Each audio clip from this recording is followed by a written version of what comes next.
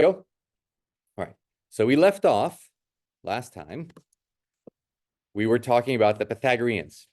So the Pythagoras was supposedly, again, please correct me if there's new information about this since the last time I read about this. Pythagoras was supposedly like a cult leader, and there was a whole cult of people around him, became known as the Pythagoreans, who worshipped, I think it's not too strong to say worshipped, things like mathematics broadly, geometry. So the Pythagoreans, this is like 550, maybe 500 BC. They were very interested in geometry. They were very interested in arithmetic. Really properties of whole numbers.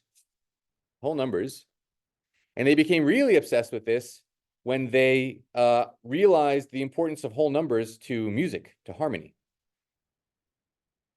So let's start with that. Harmony, music, and the beginnings of Western harmonic treatment, of Western music.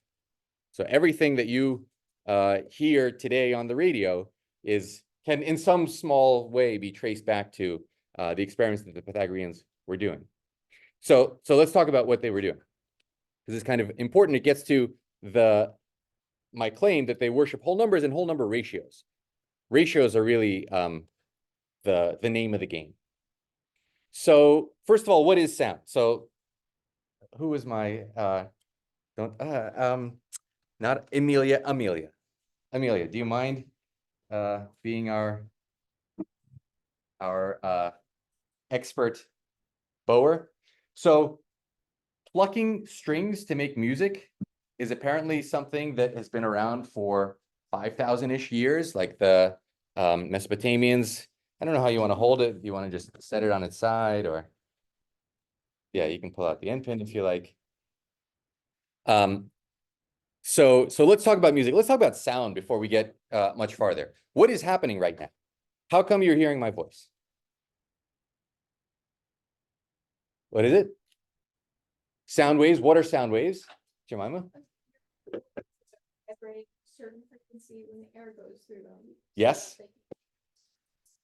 Right? Yes. So we hear that vibration as sound, but how? What's physically going on?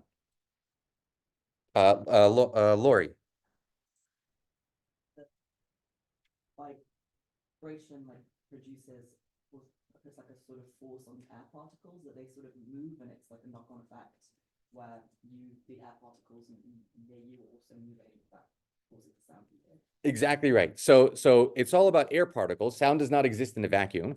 There's air particles all around you. So here you are sitting in class, and there's all this force being applied all over your body, on your head, on your arm, all over. There's force from the atmosphere. There's all these nitrogen and oxygen and carbon dioxide. There's all these particles of air. They're gas, so they're bouncing around everywhere, and they keep hitting you. And the fact that they keep hitting you so much is applying a force to your body.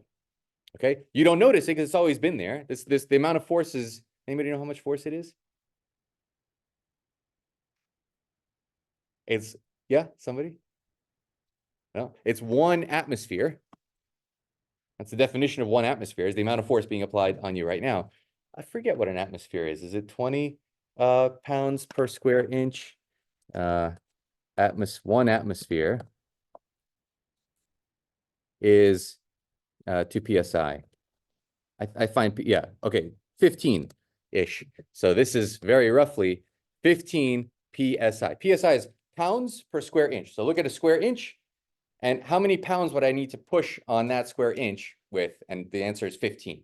So you take a 15-pound weight, you put it on a square inch of my hand. That's how much the air is actually pushing. It's a lot. You notice that when you go up into an airplane, right? You go 30,000 feet, all of a sudden there's a lot less air. Of course, your cabin is pressurized. That's why nobody's passing out. But actually, that cabin's a little less pressurized than you're used to. So the bag of chips that was sealed at 1 atmosphere, and now the airplane is only at 0.8 atmospheres, and the bag of chips, the air molecules in the bag of chips are doing a lot more pushing out than there is air molecules pushing on them. And so it's blowing up. There's another thing that's happening, which is your ears start to start to feel funny. So in your ear is a drum. And that drum it's not exactly sealed, but there's some density of air particles inside the ear. And of course, there's a density of particles outside the ear. And when you get in that airplane with a pressurized cabin, there's like less particles on one side than the other. And your eardrum actually starts doing this, and it's uncomfortable, and you yawn or something that allows a little bit of air in through the corner, and it recalibrates so that there's the same amount of air on one side and the other. In fact, right now, the reason there's silence is that there's the same amount of air on one side and the other of your eardrum, and nothing's going on. Okay? Then you get some kind of disturbance in the air particles. And air particles, I think of this as a mosh pit. So there's air particles everywhere. All of a sudden, there's a local disturbance, and there's a whole bunch of air particles that are getting crashed in some crazy way. Well, they're going to bump into other air particles, and those are going to bump into other air particles, and that's what a sound wave is. It's pressure waves of air. Okay, so sound is pressure waves of air molecules moving through space.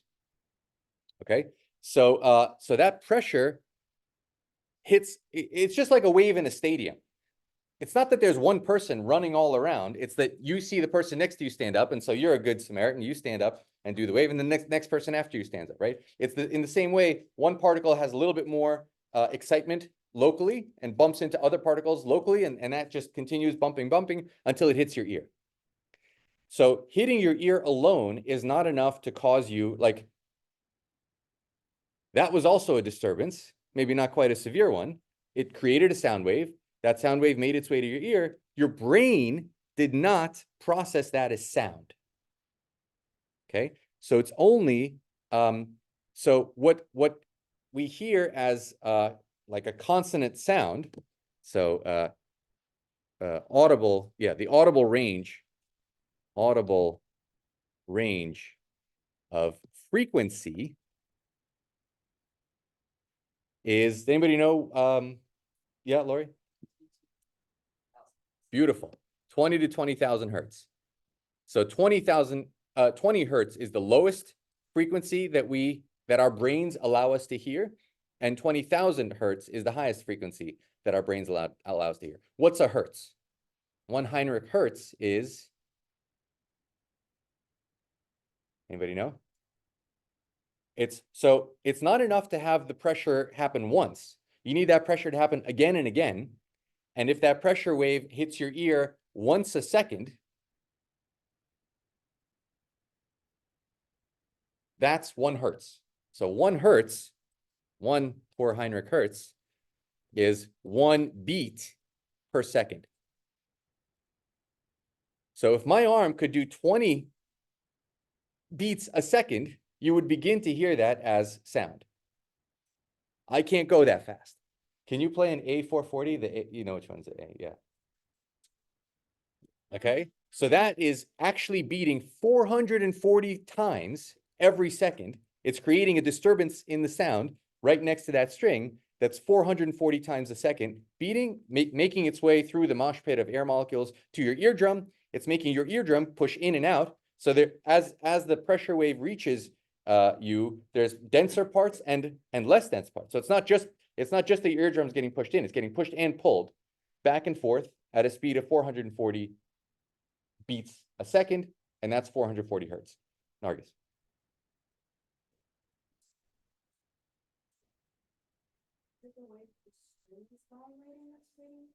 So when the reason we have a bow is to sustain, if you just pluck it once, that is so ancient lyres existed in Mesopotamia. So people understood that there was a sound coming from keeping a string somewhat taut, maybe not so taut that nothing happens. Actually, as you change how taut it is, it changes how quickly the string molecules next to one another react. Like you can imagine a bunch of really drunk people in a stadium, and one guy stands up and you're like, oh, I guess I should stand up now too. And so you have a really slow wave moving across because they're not reacting so quickly to one another. Or everybody's like really energized and been drinking Coca-Cola. And the person next to you stands up, you can't wait to jump up, and the wave goes really fast. So the speed of the propagation of a disturbance over here, everywhere else, depends on how tight a string is.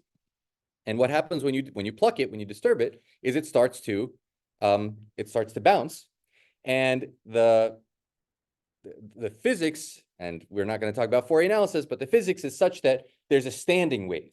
There's a way that it can bounce, like, and you know this from playing, what's it called, jump rope, right? Two people take a jump rope, and there's a natural speed at which you need to jump the rope so that it stays in a nice round circle as it goes around, right? And if you take a step back, that tightens the rope, and now it goes a little bit faster. And you take a step back, now it goes really fast, right? So how close you are to one another is like how tight that string is, and how quickly, what the standing wave's velocity is, frequency, what the frequency. So as this string is bouncing back and forth, it's creating that 440 hertz. Okay, so that's a single pluck, and the beauty of a bow is it sustains that continuously. Okay. So the Pythagoreans knew this because they were 3,000 years late to the fact that that makes sound. But what they started to mess around with is, and you'll know this also from playing jump rope, if you're getting a really nice boom, boom, right? It's going around. If you put a little bit more energy into it, you'll get, yes, you will get sound if you go really fast. Absolutely. Once it reaches 20 hertz.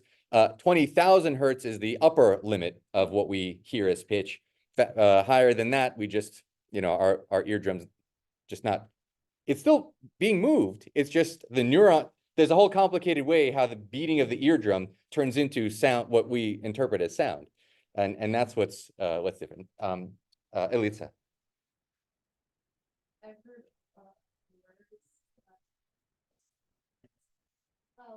words, like they would play sounds that they could all hear, but the professor could not hear. Yes.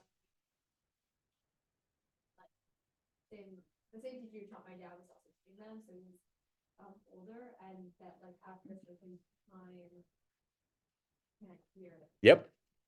Yep, exactly right. So you're absolutely right that old people, probably myself included at this point, do not have. Oh, cool. Anyway. Yeah. It's not like when you're eating, but it's. Yeah. So this varies from human to human. It also varies very widely in different species of animals, what the range is that they hear versus others. And it varies in the same human over time. Jemima and then Lori. Oh yeah, what happens if you, so if you start putting some more energy into it, have you ever seen where it gets this kind of pattern? Where it has two peaks and this like magical note. There's nobody holding it down there. It's just when you put in that much energy, it finds another resonant frequency. So these are resonant frequencies, the frequencies at which it wants to remain there.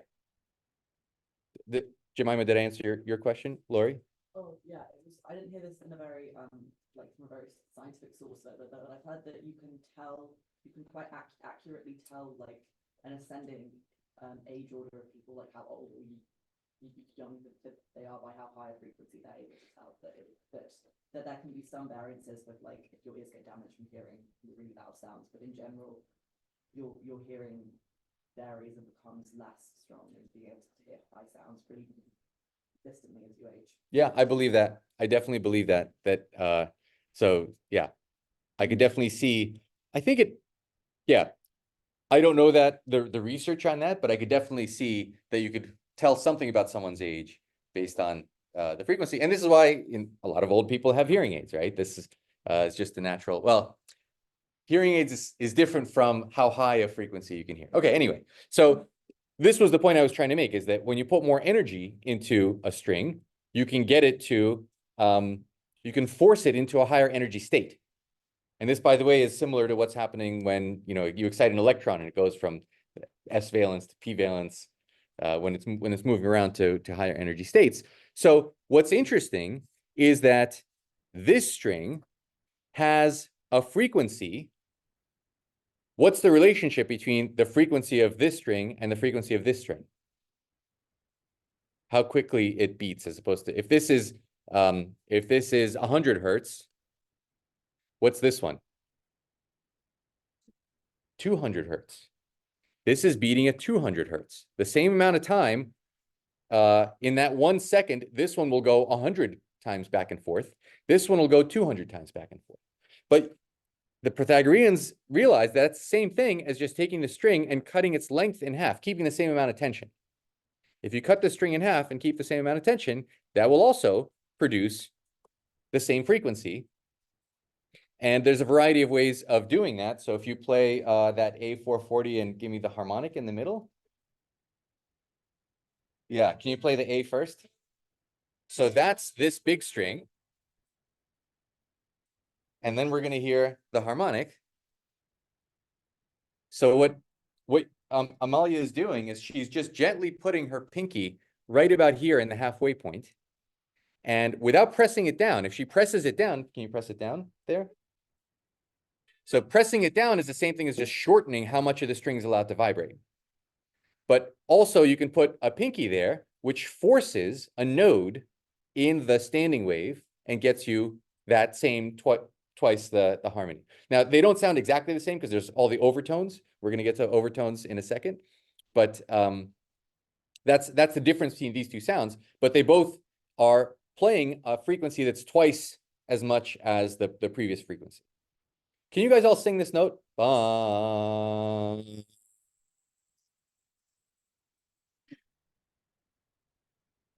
Okay, what's interesting about that?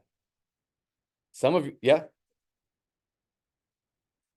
kind of. Well, first of all, you all managed to find the pitch, but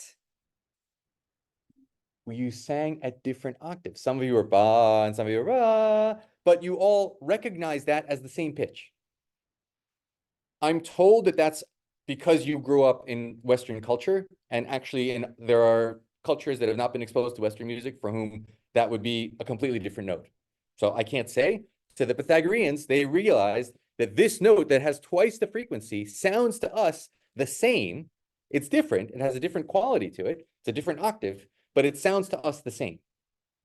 Our ears are just naturally, and our voices, which match our ears, just naturally see. So the Pythagoreans observed, and I can't believe that they're really the first ones to observe this because it's such an obvious thing to observe, but I don't have evidence of earlier people looking at this, and certainly their observations made their way into the history of Western music. So Pythagoreans observed that twice the frequency leads to the same kind of sound, what we experience. Our brains are experiencing that as twice that doubled frequency. Our brains are experiencing as the same kind of sound. Okay, so this is what we call now an octave. We'll talk about what the word 8 has to do with octave, why it's called an octave. But just from that alone, you can start to do all kinds of things. I think that was all I wanted the string for. If you let's give Amelia a hand. Yeah, thanks. Great job. So let's say that our bottom note is at 100 hertz, and let's pretend that that's a C. Okay, so we need to talk a little bit about. I don't assume you've had music theory. How many of you play an instrument? Okay, a good number of you play an instrument, but not everybody does. So let's talk about the way that instruments, modern Western harmony is laid out. So this, you hear that? So that's a C. That C is, we can think of that as 1. You see the 1 there? So we can think of that as 1. Let me make it on the F scale instead of the logarithmic scale. So we can think of that C as 1, and then the other C.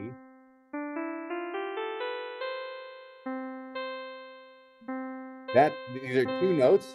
They sound the same to us, and one is twice the frequency of the other.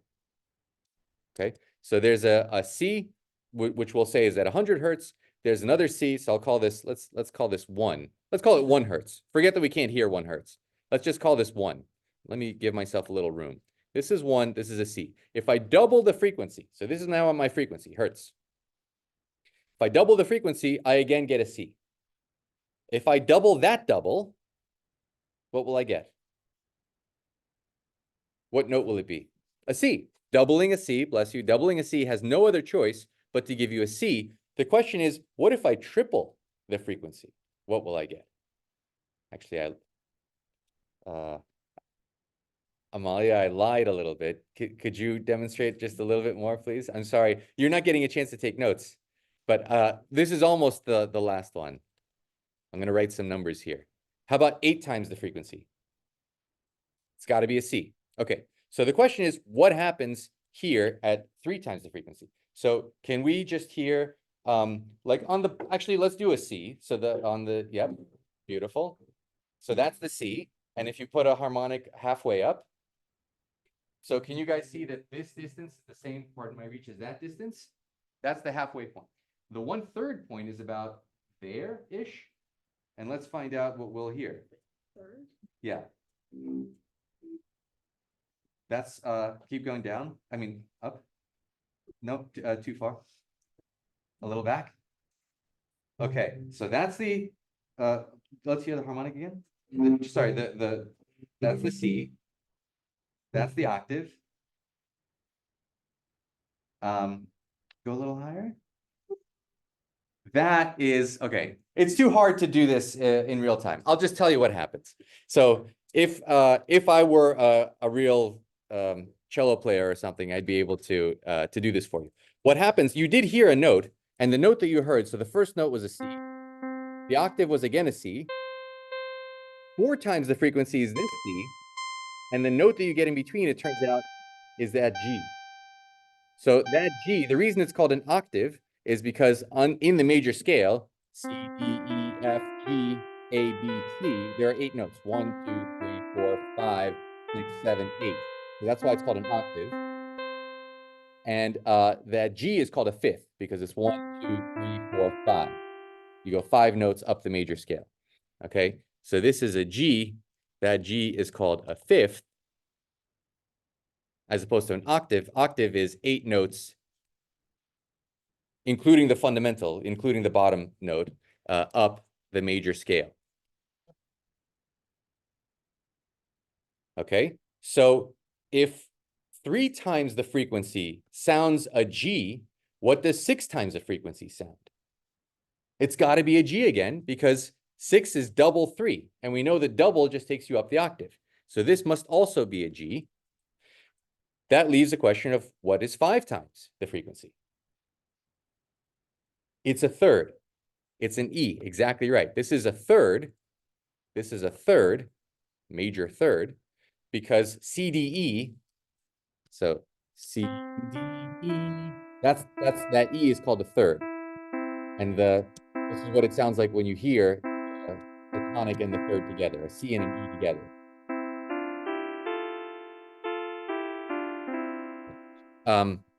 So that note's a third. The mystery remains for 7. I don't know what 7 is going to give us. Good guess. And A is a very good guess. It turns out that you get something like, yeah, Amelia? It's got to be between the G and the C. So something between a G and a C. And A is a very good guess. A B is also a very good guess. A is a little too close to G, and B is a little too close to C, because B is just a half step below C. It turns out you get a B flat. And you heard that. Can I bother you again? You heard those notes. So if you, depending on where you put your finger, like once you get lots of, let me draw it here. Once you get lots of waves, I don't know what this is. 1, 2, 3, 4, 5, 6, 7, 8. Eight's a bad example. Let's make it 7. Okay, so 7. If you put your finger at the 1/7 spot, you will get that harmonic, but also at the 2/7 spot, you're going to force that harmonic. So that's why it's not exactly right. But let's just hear just slide your pinky at the harmonic. Yeah. And now just move it around. Okay, that's the octave. Now move it down a little bit. Move it down until we hear a resonant frequency. So those of you that know some music, we're hearing that E, da, is an E above a C, and that's a G. Yep, and slide it down, up or down until you get another resonant frequency. That's a G. That's a C. That's an E again. That's it. Okay, now we're really, that's a real G. Keep going. Did you hear the B flat? That's that B flat. That da da is called a dominant seventh. So actually the most harmonious chord is a dominant seven chord. C, E, G, B flat, which is all of the blues are based on dominant seventh chords. These are just the physics dictates these chords, or mathematics, if you like, dictates these chords. Maybe I shouldn't ask you to get up and sit back down and get up and sit back down 1,000 times. So this is a flat seventh, a dominant seventh. I'm not trying to teach you music theory in 10 seconds. I just want to give you a little hint of how whole number ratios within music arise in the Pythagorean tradition and actually are informed by number theory. So let's just continue this game a little bit. Thank you for the 7th time, Amalia. This is a dominant seventh. Never mind what it is. Let's see what we can learn about the next 8 notes. So this is 9, 10. This is again multiplying the frequency. So 11 times the original frequency, 12 times the original frequency, 13, 14, 15, and 16. So what's 16 going to be? Nargis. Yes, please. I guess I missed on multiplying units. So when we shorten this, so here is the original string. You can think of shortening the string to 1/7 its original length. That will make it resonate at 7 times the frequency. Exactly. If the original string was a 7, this will be a B flat. It'll be up 1 octave, up another octave, and then a B flat above that. Does that make sense? That's a great question. I'm sure there are other people that are also confused. I'm not assuming you know music theory. So please, I just want to give you some hints of the music theory. I'm not trying to teach you the entire thing, but the hints are enough to see the kinds of patterns I'm trying to elicit. Okay. So what's 10 have to be? It's got to be an E because it's double 5. How about 12? It's got to be a G. No other choice. Double 6. Double 7 is 14 is going to be a B flat. And of course, 16 is going to sound like a C. So now we need some notes in between. What do you think in 9 times the frequency will sound? It's going to sound a D. How about 11 times the frequency? By the way, the fact that this is a D has to be the case. Why? Because it's between C and E, yes, but Amalia, Emilia?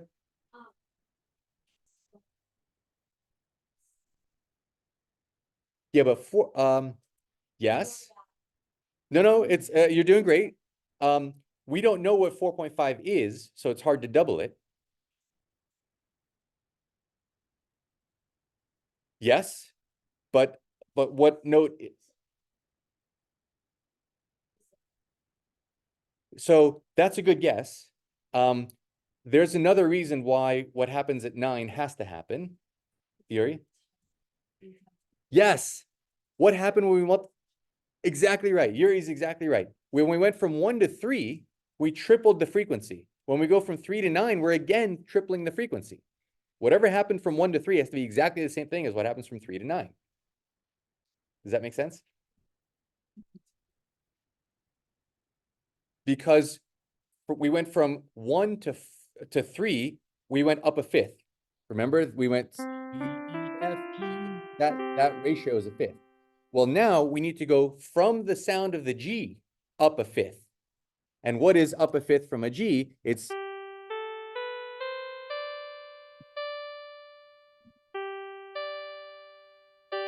So that's why that has to be a D. There was no mystery about whether or not that was a D, because 9 is 3 times 3. So this is what I mean by elementary number theory dictates what must happen physically. 11, we don't know what happens for 11 because 11 is prime. The prime multiples are the ones that give us mysteries. It turns out you'll hear something like an F sharp. The closest note is an F sharp. At 13, 13 is prime. I have to tell you what happens, or we have to hear it, but it's very hard to get it to work just right. So 13, it turns out, is an A. 15, we can figure out. 15, there's two different ways to figure out what 15 is. It's 5 times 3. It's also 3 times 5. And each of those will give us a slightly different answer. 5 times 3 means we go to the E that we had at 5 times the frequency and triple that. Tripling goes from a note to the fifth above that note. From E, will I be able to do this? So it's got to be a B.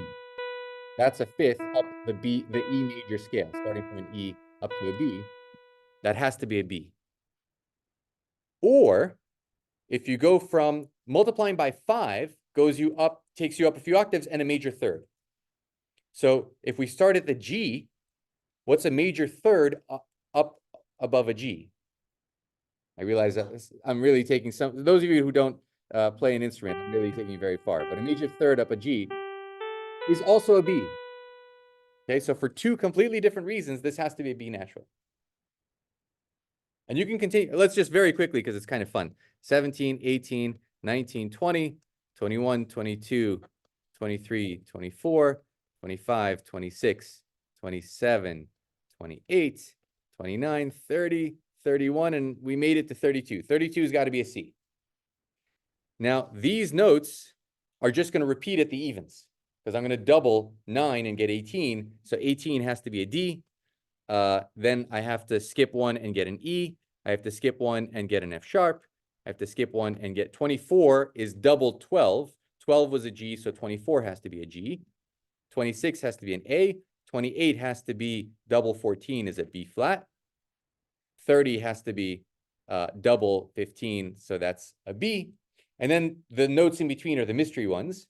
17 is prime, so that's the first time where we get a C sharp. 19 is prime. That's the first time we get a D sharp or an E flat.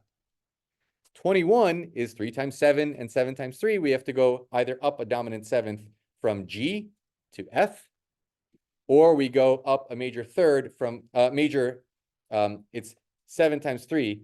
I'm just saying these things. I don't expect you to follow them, but notice, those of you that play an instrument and can tell what I'm doing. If I go up a major fifth, if I go up a perfect fifth from 7 times the multiple, a perfect fifth up from B flat is an F. Okay, then you get some quarter tones here. You get a F double sharp. You get a B double sharp.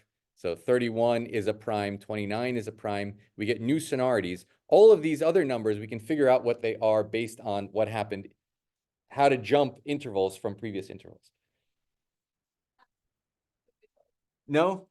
Marley?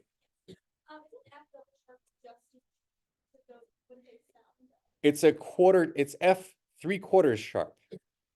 There's a quarter tone between F sharp and G, that's right, you could not play that on a piano. It doesn't exist. So that's a really, really great question. So what happened in Western harmony is, if you notice from A, you have A, B flat, B, C, C sharp, D, D sharp, E, F, F sharp. This long string is a piece of what became known as the chromatic scale. Chromatic scale. Early on, you have things like B flat, C, D, E, F sharp, G, A is a bit of the D major scale. So you're getting more of a scale with whole steps and half steps. Here you just get half steps. Here you start to get microtones.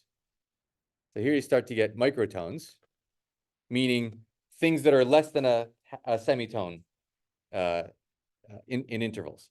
Because you have to, because you have no other choice, just because of the mathematics.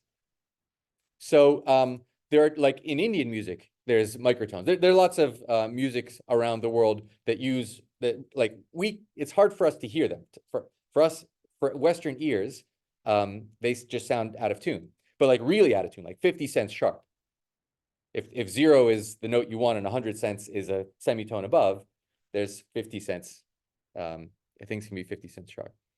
So the Pythagoreans, okay, the only point I wanted to make with this is A, you can figure this stuff out from first principles. You can figure out lots and lots of Western harmony just from the number theory, where the prime numbers are distributed among the first 32 whole numbers. And that, so let me, this is important. The Pythagoreans, I don't know if you want to say worshipped. I'll say worshipped with quotes. Worshipped whole number ratios, in particular because they were very sonorous. So if you had a 5/4 ratio in the frequency of that was being played, that sounds like a C and an E together, which they hear as like really nice. Worshipped whole number ratios. They also knew that there was that just whole number ratios alone can run into trouble. What kind of trouble can you run into? So there's one thing that you can do called a cycle of fifths. This is something called the cycle of fifths.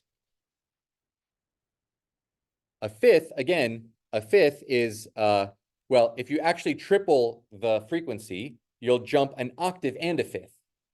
So if you multiply the frequency by 3/2, you go up an octave and a fifth to that G. So from here, I'll go up an octave and a fifth. But if I just want this G, between this C and this G, then I should go up a multiple of 3/2. Okay, so 3/2 the frequency, 3/2 multiple of the frequency moves you up a fifth in the major scale. So if we start with a C and we move up, this is always multiplying by 3/2. If we multiply a C by 3/2, we go from the G that we already discussed. If we go up from a G, we already discussed that we get the D. If we go up from a D, we get A. Okay, that's an A. From an A, we get to an E. From an E, I realize some of you know this, some of you don't. We get to a B. From a B, we get to F sharp. Up a fifth from F sharp is C sharp. Up a fifth from C sharp, G sharp or A flat. Let's call it A flat, so we don't keep too many sharps around. Up a fifth from A flat, E flat. Up a fifth from E flat, B flat. Up a fifth from B flat, F, and up a fifth from F is C. Oh, look, we got all the way around. We got all the way back where we started. How many times did we multiply by 3/2? What is this final C? What's the frequency of this final C relative to this one? If this one was at 1, what's the frequency of this C? 1, 2, 3, 4, 5, 6, 7, 8, 9, 10, 11, 12. Actually, it has to be 12 because there's 12 notes in a chromatic scale. So this is 3/2 to the 12th. So everybody see that? Does that make sense? How many of you are completely and utterly lost and just can't wait for me to stop this? Be honest. Yes, please. Okay. It's okay. We're almost done, and then we're going to move on. But this is the last point that I want to make about the Pythagoreans. Nargis. Why 3/2? Because tripling the frequency gets you to the fifth, but not the original fifth. So if I start here, if this is my 1, tripling the frequency, well, doubling the frequency gets me here. Tripling the frequency gets me there. I don't want to go this high. I just want to go this high. So I have to go down an octave from the octave and a fifth to just get a fifth. So that's the 3/2 ratio. 3 to 2, the simplest ratio you could think of. 2 to 1 is also a very simple ratio. That we consider the same note. 3 to 2 is where we get a new note, but it's a very closely sounding note. Okay, does that make sense? So that's why 3/2 is the ratio to move up a fifth. So does that make sense? Is everybody with me? 3/2 to the 12th power. But where were the C's in between? So as we jumped, that C is also some octave. How many octaves is it? So where's the C? Between G and D, there's a C. Between A and E, somewhere in here is another C. Right after the B is another C. Just before the C sharp is another C. Between the A flat and E flat is another C. After this B flat is another C. I'm going to move it down over here. Is another C. And then finally, we have the last, that's supposed to be a C. We have another C. And then finally, that last C. So if we go this way, how many octaves have we jumped? 1, 2, 3, 4, 5, 6, 7 octaves. Every time we move 1 octave up, how much are we multiplying the frequency by? 2. An octave is doubling the frequency. So this C must be 2 to the 7th multiple of the frequency of the original. Okay, does everybody see that? So 2 to the 7th octaves, or 7 octaves, this is 7 octaves. And that's supposed to equal 3/2 to the 12th. That's cycle of fifths. This is 12 fifths. Going up 12 fifths. 2 to the 7th, anybody know? 1, 2, 4, 8, 16, 32, 64. Sorry, I counted 1, but I should have said 1 is 2 to the 0 is 1. So 2, 4, 8, 16, 32, 64, 128. What is 3/2 to the 12th? I don't know. 3/2 raised to the 12th. 129.7. This is 129.7. These two things are not equal. And that creates a massive problem in music theory, in harmony, in design of instruments.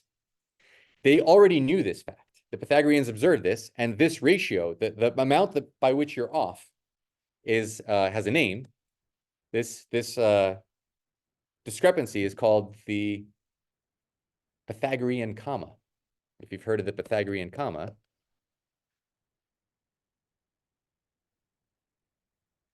that's what it's referring to. The fact that 3/2 to the 12th is very, very close, but not that close to 128, 2 to the 7. And this issue is, so there's a theorem. Here's a theorem.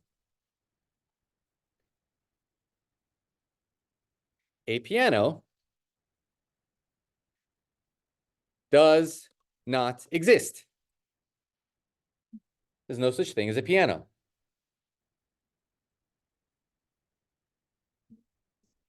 The instrument piano. Any instrument that has 7 octaves, at least 7 octaves in it, doesn't exist. Yes. Amelia. Yes. So a piano doesn't exist if you want it to be a perfect piano. That is, if it has perfect octaves, and perfect fifths, then it does not exist. You have to choose one. Sorry. Yeah, I was just sort of going to say that there are different ways you can tune an instrument, and pianos and most instruments are tuned to equal temperament. Equal temperament. So when does equal temperament come around? Okay, 1600s. This was finally resolved. If you want to be able to play just in a few keys, this is not a problem. And you just tune things to have perfect, perfect intervals, exactly as you want. Once you get to pianos and instruments that can play in lots of different keys, and you want to be able to move between, Mozart, Bach, these people are playing things that move from one key to another, and you can't jump from the piano that can play in C to the piano that can play in E. You need one instrument that can play in all keys. And so a decision had to be made. This is like, there are no good solutions. Well, this is as good a solution as humans have come up with, which is equal temperament. No, it's 16th century, 1500s. 1500s, people came up with equal temperament tuning, which had two rules. The king was the octave. We cannot have the octave not be perfect. A C that's 4 octaves up has to be 2 to the 4th more frequent than the C down there. And the queen, the next most important interval, every interval has to be exactly the same. It cannot be the 5th. You have to give up on the 5th. Instead, 3rd is a good guess. The 4th is a good guess. It turns out none of those work. So this is another thing we have to play with it for a long, long time. It turns out what works is the 7 is a good guess. Well, actually, the 7th is a semitone away from the octave. The semitone is key. The semitone. So you want the chromatic scale to be even. It turns out. So the semitone is the queen. In other words, when you go from C to C sharp, that has to multiply by some frequency, let's call it F. So we're multiplying by a frequency F. And we go from C sharp to D. That also has to multiply by F. And from D to D sharp, that also has to multiply by F. And to E has to multiply by F. And to F has to multiply by little f, not to be confused with the note capital F. To F sharp, to G sharp, to A, to B flat, A sharp, whatever, to, by the way, A sharp and B flat are different notes. If you ever heard somebody, a really annoying person like me, say A sharp and B flat are not the same note, the reason they're not the same note is because it depends on what you mean by A sharp and what you mean by B flat if you actually want perfect tuning and major and minor tuning. On a piano, they're the same note because we're doing this equal temperament thing. A sharp to B and B to C. So we have to multiply by F how many times? 1, 2, 3, 4, 5, 6, 7, 8, 9, 10, 11, 12. Of course, it's 12. There's 12 notes in the chromatic scale. So this is F to the 12th. And we have gone up exactly 1 octave. We've gone up exactly 1 octave. So whatever ratio F is incrementing the frequency by every single time you move to the next note on the chromatic scale, you have to, at the end of 12 of those, you have to get to double the frequency, to 2. F to the 12th had better be 2. So what is F?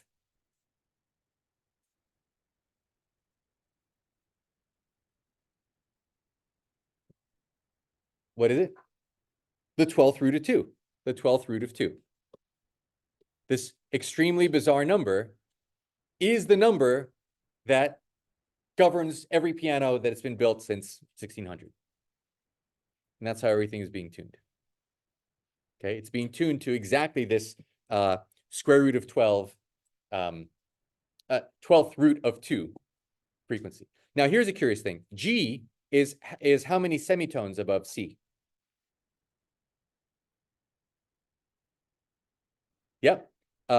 Exactly halfway between 1 and 12 is, or 0 and 12 is 6. And C and F sharp, that's the tritone. That's the devil's interval. It was not allowed before modern Western music. So just above that is 7 semitones. That's a perfect 5th. Just below that is 5 semitones. That's a perfect 4th. Okay, so this G is in equal temperament tuning. What is the actual interval from a C to a G? You take F and you raise it to we said it's 7 semitones. So you raise it to the 7th power. And in perfect harmony, that would be what we want is, what would we want the interval from a C to a G to be? Yeah, 3 to 2. Yeah, 3 halves. We want 3 halves. 3 halves is 1.5. So let's work out what F to the 7th is. That's the same. So this is the same thing as 2 to the 1/12. And so if I raise that to the 7th power, that's 2 to the 7/12. And 2 to the 7/12 is 1.498. This is 1.498. We're off from the perfect interval by 2 1,000ths. Okay, so when you're hearing, where was this? When you're hearing this, it's not exactly 3/2 to 1. There's a very, very, very slow beat because they're not perfect. There's a superposition happening here. Layla. So the 2 to the 7/12 is between C and G. Yes. This is what when you actually play on a piano, you play a C and you play a G. What you ideally would be hearing is a ratio of 3/2 in their frequencies, which is a 1.50 stop, 1.5 stop. What you must hear in order to be able to play in any key whatsoever, the decision was made that semitones are going to be what governs the piano and the octave, first and foremost, the octave. We're not going to do anything with the octave. Every C has to be twice. Every going up 1 octave always has to be doubling the frequency. And then the semitones are going to be all the same. There's no one key that's better than any other key. So on a real piano today, if you play a C and then you play a G, the amount by which the frequency, the multiplicity by which the frequency has increased is 1.498, not 1.5. Okay, and the Pythagoreans were already aware of this issue 2,500 years ago. Okay, there's another issue that they were not yet aware of, but became aware of, which is where we left off last time. All right, so if all of this music theory glazed over your eyes, come on back and we're not talking about it ever again. So you can see why, if this is your sort of religion, you worship whole numbers, it would be reasonable to say that whole numbers are king and ratios of whole numbers are the world. And where we left off last time is this axiom of commensurability. So this is the Pythagorean axiom of commensurability. Commensurability, two things are commensurate if they're whole number ratio to one another. If their ratio is a whole number ratio. It says this, given 2 sticks, let's be more precise. Given 2 lengths, bless you. And I think what I wanted to do is just mark which length it was that we were cutting off of which one. There we go. So now if I 2 lengths, there exists a third length, a smaller length, potentially smaller length that measures both, measuring both. Okay, so I have these 2 lengths. The claim is that there exists some little tiny length, so that length, if I put end to end, I'll get exactly the red length, and I'll also get, okay, now I'm bored. I'll also get, if I measure this length, I'll also get exactly the other length. Okay, and what this means, if we unpack it, i.e., all ratios of lengths are ratios of whole numbers.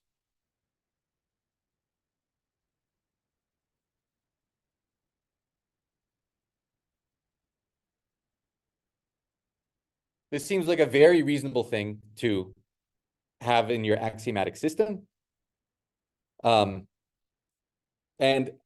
all of the reason I went into the music theory is to see why whole number ratios are so important to them. They're their worldview. Okay, so this is this. Does everyone understand this axiom? Don't tell me, Eleanor.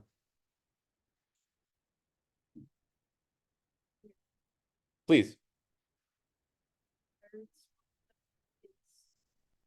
the little tick mark, which can measure both the smaller length in a multiple, a whole number multiple. Yes. And the bigger length.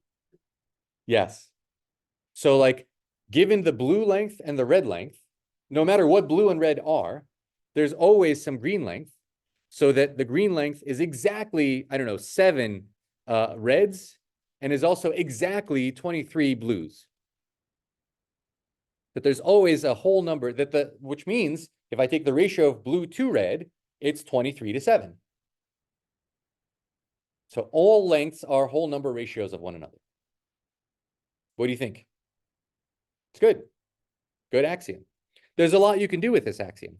How could you use it? Use this. Well, let's say you're studying similar triangles or something. So if you're studying similar triangles, and maybe you want to know that, you have 2 triangles with the same angles, and then maybe this is side length A, and this is side length B, and this is side length R, and this is side length S. And maybe you want to know like B over A is equal to S over R. Right? That's the kind of thing that you would do with similar triangles, and you measure both and find a common measurement that covers all of them, and then prove your theorem. Let me not even go through how you would prove this theorem how you would study similar triangles using this axiom of commensurability, but they basically built up their entire geometry constantly using this axiom. Okay? So they built a deep, multifaceted theory of geometry that relied we talked about axioms last time, that eventually the Greeks realized you need some axiomatic structure. Maybe I'm being a little too generous with the Pythagoreans to say that they actually had an axiomatic structure. That comes a little bit later, but the fact that you need some starting point is already evident in the Pythagoreans. They built a deep theory of geometry using this axiom everywhere.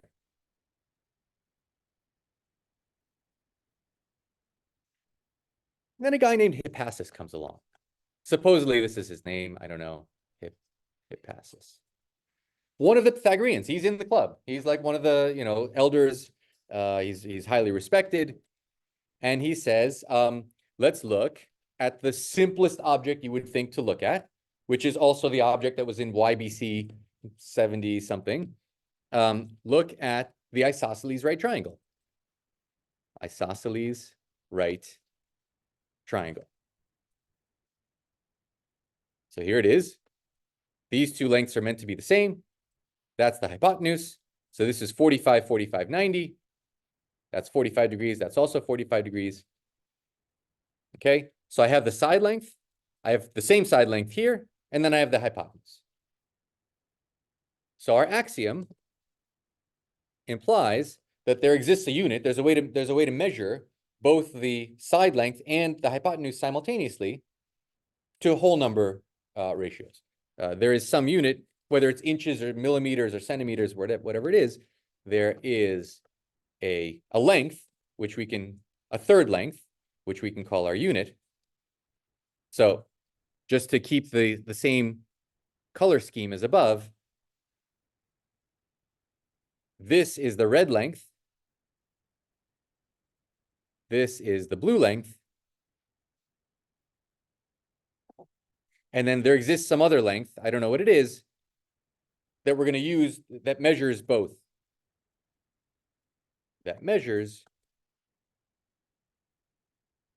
exactly measures both the side length, the side, and the hypotenuse.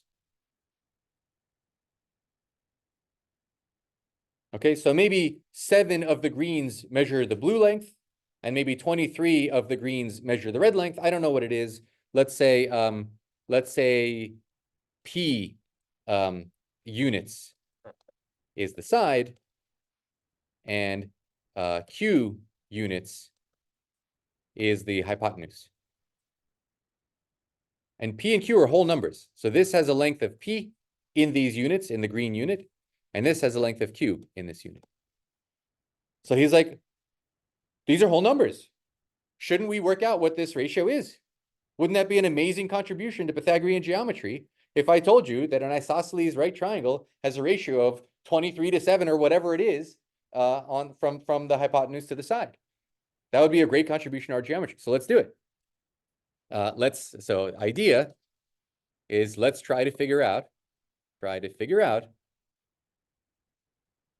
P and Q. That'll be a great contribution to geometry. Well, let's apply the Pythagorean theorem. By the way, the Pythagoreans, of course, they didn't discover it. We know it existed elsewhere. It was new to them, apparently, because now we're in Dunham chapter 1. I love that he says the Pythagoreans discovered the Pythagorean theorem. They were all so elated that they had like a week-long feast or something, and everyone was so happy, except for the sheep that they sacrificed to the gods. So let's try to figure out P and Q. So they know the Pythagorean theorem. So what do they know about this side squared plus that side squared is that side squared, right? So that this side squared is, this side is P, its square is P squared. This side square is also P squared. So we have P squared plus P squared is equal to Q squared, right? That's the Pythagorean theorem. Okay, well, that already gives us some information, right? If I write this P squared plus P squared as just 2 times P squared, what that tells us is, what do we know about Q? This number 2P squared, twice a number. There's only one thing I know about a number that's twice some other number. It's even. What it means to be even is that you're twice somebody. This is even. Okay? Square, if you take an odd times an odd, do you get an even or an odd? Odd times odd. 3 times 7 is 21. Yeah, all of those are odd. Even times even is even. Odd times odd is odd. So the fact that we have Q times Q and we get something even means that Q itself has to be even. Q is even. Okay, so that means that Q is equal to what? Twice some other number. Should we call that number K?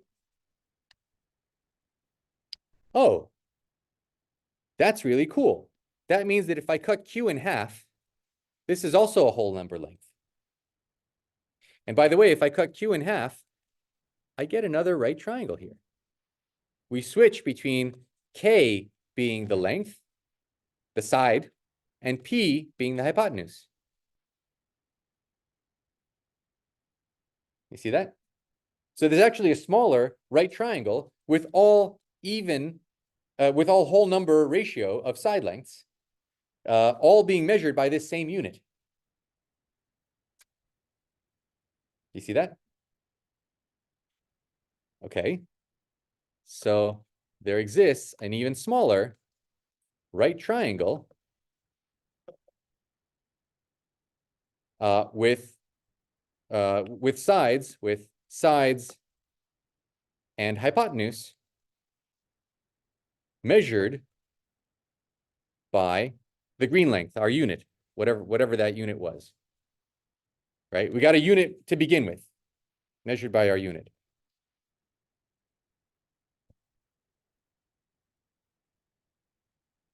That make sense? So if this was like, I don't know, 108 to 52, well, this can stay 52, but this now is not going to be 108. It's going to be 54 or something. The numbers don't make sense, but you see what I'm saying? You can cut Q in half, and you'll still have an even number of units making up this side length, and that makes another 45, 45, 90 triangle with hypotenuse P and side length K. And he says, wait a second.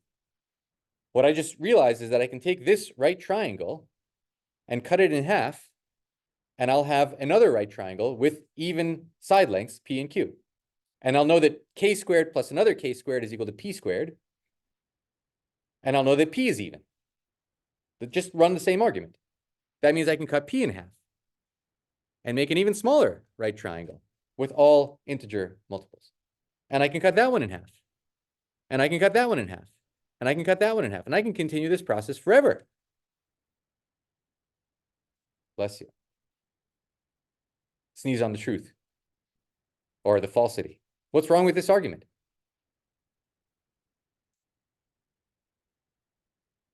So he realizes, Hippasus realizes, he can make arbitrarily small as you like, arbitrarily small right triangles, isosceles right triangles, isosceles right triangles, all measured by that fixed unit. We didn't do anything to the unit. The unit is the same unit that we got from the very beginning. By the same unit. Measured, meaning measured in whole numbers. What's wrong with that? Josephine. Exactly. Exactly, Josephine. It's impossible, Josie. It's impossible, but that's impossible. Impossible, exactly as Josie says, impossible. Eventually you get less than the unit. Eventually get less than the unit itself. So he said, guys, hang on a second. Look, can you find something that's wrong with this argument? If you start with our axiom that we all know is true, and you find this length, and you cut the triangle, and you make an even smaller triangle, I think this goes on forever. There's something wrong. I've reached a contradiction in my geometry. So Hippasus is rewarded for discovering the fact. So what has he actually discovered? Irrationality. He discovered, in our modern terminology, he discovered that the square root of 2 is not a member of the rational numbers. This bold Q, let me try that again so it looks more like a Q. This is a Q, it's bold and it's got a little thing. This is the rational numbers.